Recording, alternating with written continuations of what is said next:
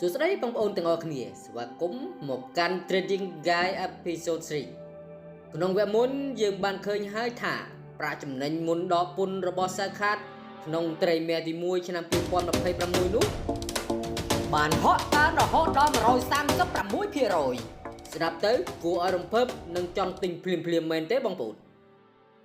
ប៉ុន្តែឈប់សិនបងប្អូនថ្ងៃនេះខ្ញុំចង់ដាស់តឿនបងប្អូនខ្លាំងៗថាកុំតន់អាលចាញ់បោកតួលេខប្រាក់ចំណេញដ៏ស្រស់ស្អាតទាំងនោះឲ្យសោះព្រោះនៅក្នុងពិភពវិនិយោគពិតប្រាកដប្រាក់ចំណេញនៅលើក្រដាសគណនេយ្យវាមិនតន់ស្មើនឹងប្រាក់ពិតប្រាកដដែលហូរចូលហៅប៉ៅនោះឡើយបងប្អូនក្រុមហ៊ុនខ្លះមើលទៅខាងក្រៅឃើញចំណេញរាប់លានដុល្លារប៉ុន្តែខាងក្នុងគ្មានលុយសុទ្ធសោះរហូតដល់ដួលរលំក៏មានបងប្អូនសួរថាចុះសាខាតដែលកំពុងសម្រុកពង្រីកការវិនិយោគធំតើគេមានលុយសុទ្ធពិតប្រាកដនៅក្នុងដៃគ្រប់គ្រាន់ដើម្បីទ្រទ្រង់អាជីវកម្មដែរឬទេបងប្អូនថ្ងៃនេះខ្ញុំនឹងនាំបងប្អូនមកវះកាត់កោះកកាយមើលតារាងអាត់កំបាំងមួយដែលអ្នកវិនិយោគអាជីពលំដាប់សិទ្ធិចូលចិត្តមើលជាងគេបង្អស់នោះគឺ Statement of Cash Flow របាយការណ៍លំហូរសាច់ប្រាក់ចង់ដឹងថាលុយសុទ្ធរបស់សាខាតក្នុងកងធនាគារមានភាពរឹងមាំឬគួរឲ្យបារម្ភតោះយើងទៅមើលលេខពិតជាមួយគ្នាបងប្អូនតោះយើងមើលផ្នែកទី1និងជាផ្នែកដែលសំខាន់បំផុតគឺ Operating Cash Flow លំហូរសាច់ប្រាក់ពីសកម្មភាពប្រតិបត្តិការនោះគឺជាលុយសុទ្ធពិតប្រាកដដែលហូរចូលក្រុមហ៊ុនពីការធ្វើអាជីវកម្មស្នូលសុទ្ធសាធពលគឺពីការលក់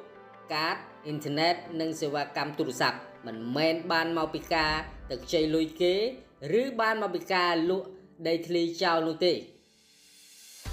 បងប្អូនទាំងអស់គ្នាសូមក្រឡេកទៅមើលរបាយការណ៍ Cash Flow របស់ក្រុមហ៊ុនសាខាតទាំងអស់គ្នាបងប្អូនក្រឡេកទៅមើល Q1 ក្នុងត្រីមាសទី1ក្នុងឆ្នាំ2026បងប្អូនក្រុមហ៊ុនបានបង្កើតសាច់ប្រាក់សុទ្ធពីប្រតិបត្តិការបានរហូតដល់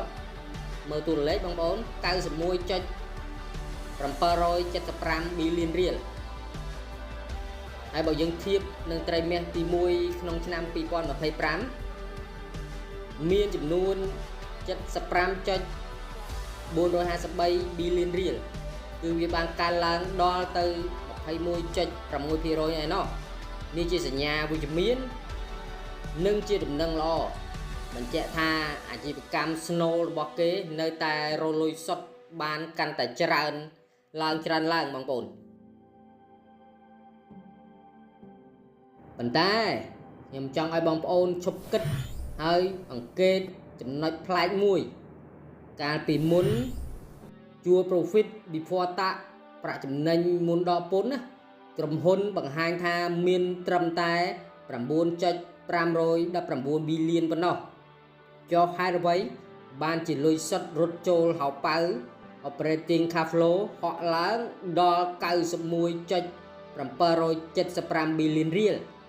លុយសុទ្ធច្រើនជាងប្រាក់ចំណេញដល់ទៅជិត10ដងឯណោះអាចកំបាំងគឺស្ថិតនៅត្រង់ថាបងប្អូនដឹងមូលហេតុទេអាចកំបាំងនៅត្រង់ណាដែរបងប្អូនខ្ញុំគិតថាមានអាចកំបាំងហើយបងប្អូនជួយគិតទៅមើលតើអាចកំបាំងគឺស្ថិតនៅត្រង់ណាបាទសូមគិតពិចារណាបន្តិចបាទឥឡូវខ្ញុំត្រួសត្រាយទម្លាយឲ្យបងប្អូនបានដឹងខ្លះតែម្ដងអាចកំបាំងគឺស្ថិតនៅត្រង់ថានៅក្នុងរបាយការណ៍គណនេយ្យគេត្រូវបូកត្រឡប់មកវិញនៅការចំណាយដែលមិនមែនជាសាច់ប្រាក់ non cash expense ដូចជាថ្លៃរំលោះវិនិយោគលើឧបករណ៍និងប្រព័ន្ធ depreciation and amortization នួន 29.867 ប៊ីលានរៀលនិងថ្លៃដើមហិរញ្ញវត្ថុ financial cost ចំនួន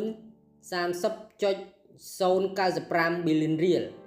រួមទាំងការកែសម្រួលលើទុនបង្វិលផ្សេងទៀតនេះហើយបញ្ជាក់ច្បាស់ថា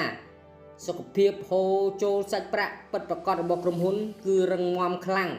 ជាងតួលេខប្រាក់ចំណេញគណនេយ្យទៅទៀតបងប្អូន បងប្អូនវិនិយោគិនឥឡូវយើងងាកមកមើលតួរលេខគួរឲ្យភ្ញាក់ផ្អើលមួយទៀតគឺ investing cash flow លំហូរសាច់ប្រាក់ពីសកម្មភាពវិនិយោគនៅក្នុងត្រីមាសទី1ឆ្នាំ2026បាទបងប្អូនសូមមើលតារាងតួរលេខនេះលេខនេះបង្ហាញសញ្ញាដកឃើញសញ្ញាដក minus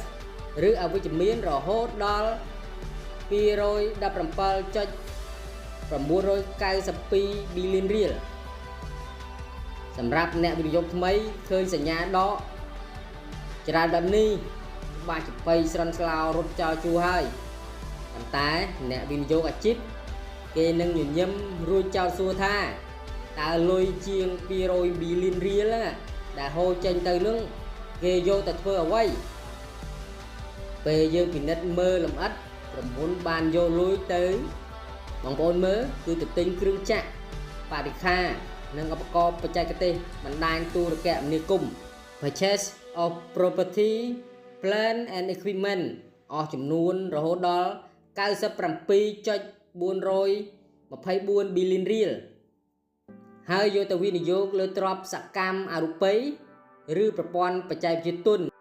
Purchase of intangible asset អស់ចំនួន 120.570 billionរៀលបងប្អូនវិនិយោគិនទាំងអស់គ្នាបានមើលទាំងអស់គ្នាហើយឥឡូវខ្ញុំសរុបបាទយើងគិតយ៉ាងម៉េចដែរសរុបមកវិញសញ្ញាវិជ្ជមានត្រង់នេះមិនមែនជារឿងអាក្រក់ទេវាបង្ហាញថាក្រុមហ៊ុនកំពុងតែសម្រុកបោះទុនយ៉ាងធំធេងដើម្បីទិញបច្ចេកវិទ្យាពង្រីកបណ្ដាញសេវា 4G 5G និងបង្កអង្តែនដើម្បីត្រៀមខ្លួនសម្រាប់អនាគតវាដូចជាកសិករម្នាក់ដែលសុខចិត្តចំណាយលុយទិញដីធ្លីនិងទិញត្រាក់ទ័រថ្មីនៅថ្ងៃនេះទោះបីជាអស់លុយពីហោប៉ៅច្រើនក្នុងខែនេះប៉ុន្តែវាជាគ្រឹះដើម្បីប្រមូលផលផ្លែផ្កា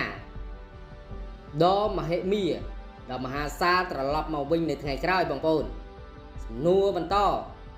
រដែលយើងត្រូវតាមដានបន្តគឺតើការបោះទុនវិនិយោគដ៏ធំនេះនឹងអាចរុញច្រានចំណូលឲ្យហក់ឡើងខ្លាំងនៅត្រីមាសបន្តកម្រិតណាបងប្អូនយើងនឹងមើលបន្តទៀត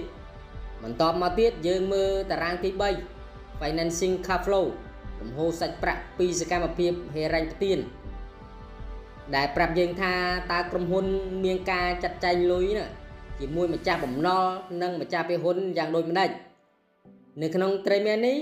គឺអវិជ្ជមាន 54.859 billionរៀលតោះយើងមើលកោះកកាយនៅក្នុងនឹងទាំងអស់គ្នាបងប្អូនសូមរលែងមើលខ្ញុំឃើញចំណុចគួរឲ្យកត់សម្គាល់មួយក្រុមហ៊ុនបានយកលុយទៅសងប្រាក់ខ្ចីគេកន្លងមក payments of borrowings ចំនួន 15.017 billionរៀលទី1ទី2បង់ថ្លៃកិច្ចសន្យាជួលផ្សេង payments or lease ចំនួន 15.857 billion និងទី3បានចំណាយលើការបង់ការប្រាក់ interest paid ចំនួន 23.413 billionរៀលបងយល់យ៉ាងម៉េចដែរបន្ទាប់ពីមើលតារាងទី3 financing cash flow បងប្អូនចរន្តបែបនេះបានបង្ហាញយើងថាក្រុមហ៊ុនមិនបានចំណាយពេលរត់ទៅខ្ចីលុយបន្ថែមដើម្បីបង្កើតបំណុលថ្មីនោះទេព្រោះជួរ process from borrowing គឺស្មើនឹង0បាទប៉ុន្តែគេកំពុងតែប្រើប្រាស់លុយសុទ្ធដែលរកបានដើម្បីយកមកដោះស្រាយបំណុលចាស់និងបង់ការប្រាក់ទោះជាយ៉ាងណាក៏ដោយតួលេខនៃការបង់ការប្រាក់ចំនួន 23.413 billionរៀលក្នុងមួយត្រីមាសគឺជាបន្ទុកហិរញ្ញវត្ថុមួយដែលយើងជាអ្នកវិនិយោគត្រូវតែបន្តតាមដានយ៉ាងយកចិត្តទុកដាក់យើងបន្តមើលទៅក្នុងវគ្គបន្តទៀតបងប្អូនវិនិយោគិនបានចូលរួមស្ដាប់បានចូលរួមពិចារណាបានចូលរួមវិភាគជាមួយខ្ញុំទាំងអស់គ្នាហើយពីខាងលើមកចុះជាលទ្ធផលបងប្អូនបានយ៉ាងដូចម្ដេចដែរចំពោះខ្ញុំជាលទ្ធផលចុងក្រោយពេលដែលយើងបូកដកលំហូរសាច់ប្រាក់ទាំង3ផ្នែកបញ្ចូលគ្នា រួមទាំងលុយសល់ពីដើមគ្រឹះមកយើងឃើញថាសាច់ប្រាក់សុទ្ធចុងក្រោយបង្អស់ដែលកំពុងដេកនៅក្នុងកងធនាគាររបស់ Sakat គិតត្រឹមថ្ងៃទី31 ខែមីនាឆ្នាំ2026គឺមានចំនួនរហូតដល់ 227.618 bílionរៀលបើប្រៀបធៀបទៅនឹងរយៈពេលដូចគ្នាកាលពីឆ្នាំ2025ដែលធ្លាប់មាន 154.387 bílionរៀលគឺឃើញថាសាច់ប្រាក់ក្នុងដៃរបស់ក្រុមហ៊ុនបានកើនឡើងដល់ 47.4% ត្រង់ចំណុចនេះគឺល្អខ្លាំងណាស់វាបកស្រាយប្រាប់ថាទោះជាក្រុមហ៊ុនចំណាយលុយទៅលើការវិនិយោគទិញឧបករណ៍និងប្រព័ន្ធបច្ចេកវិទ្យាអស់រាប់រយ bílionរៀលក៏ដោយប៉ុន្តែសុខភាពសាច់ប្រាក់កង្វល់ចុងក្រោយរបស់គេនៅតែមានសល់ច្រើននិងមានសុវត្ថិភាពខ្ពស់មិនខ្វះខាតលុយឡើយហើយនៅពេលដែលយើងក្រឡេកមើលតារាងចុងក្រោយនេះគឺ statement of change of equity ពីហ៊ុនរបស់ម្ចាស់មូលធនសរុប total equity របស់ Sakat បងប្អូនតួលេខរៀងធំបន្តិចមានចំនួន 1210 billion 913 lakhរៀលឬក៏ស្មើនឹងបើយើងហៅធម្មតាហៅជាង1លានរៀលបាទគឺមានការកើនឡើងតិចតួចប្រហែល 1.4% ធៀបនឹងឆ្នាំមុនការកើនឡើងនេះបញ្ជាក់ថាក្រុមហ៊ុនកំពុងតែរក្សាស្ថិរភាពតម្លៃពិតរបស់ម្ចាស់ពាក្យហ៊ុនបានយ៉ាងល្អតាមរយៈការកើនឡើងនៃប្រាក់ចំណេញរក្សាទុក return earning ដែលបានកើនឡើងដល់ 619.936 bílionរៀលជាសេចក្តីសន្និដ្ឋាននៅក្នុងមេរៀន Trading Guide Episode 3 ថ្ងៃនេះយើងទទួលបានគន្លឹះពីពាក្យដ៏មុតស្រួច3គឺទី1ចំណូលប្រាប់យើងថាក្រុមហ៊ុនលក់ដាច់បានកម្រិតណាទី2ប្រាក់ចំណេញ profit ប្រាប់យើងថាចំណេញតាមផ្លូវទិន្នន័យបានប៉ុន្មានទី3លំហូរសាច់ប្រាក់ cash flow ប្រាប់យើងពីការពិតថាក្រុមហ៊ុនមានឈាមរត់លុយសុទ្ធខ្លាំងក្លានិងអាចរស់នៅបានយូរប៉ុណ្ណាមកដល់ត្រង់នេះសុខភាពហិរញ្ញវត្ថុរបស់ក្រុមហ៊ុន Sakat គឺយើងបានវះកាត់កោះកកាយឃើញធ្លាយអស់ទៅហើយ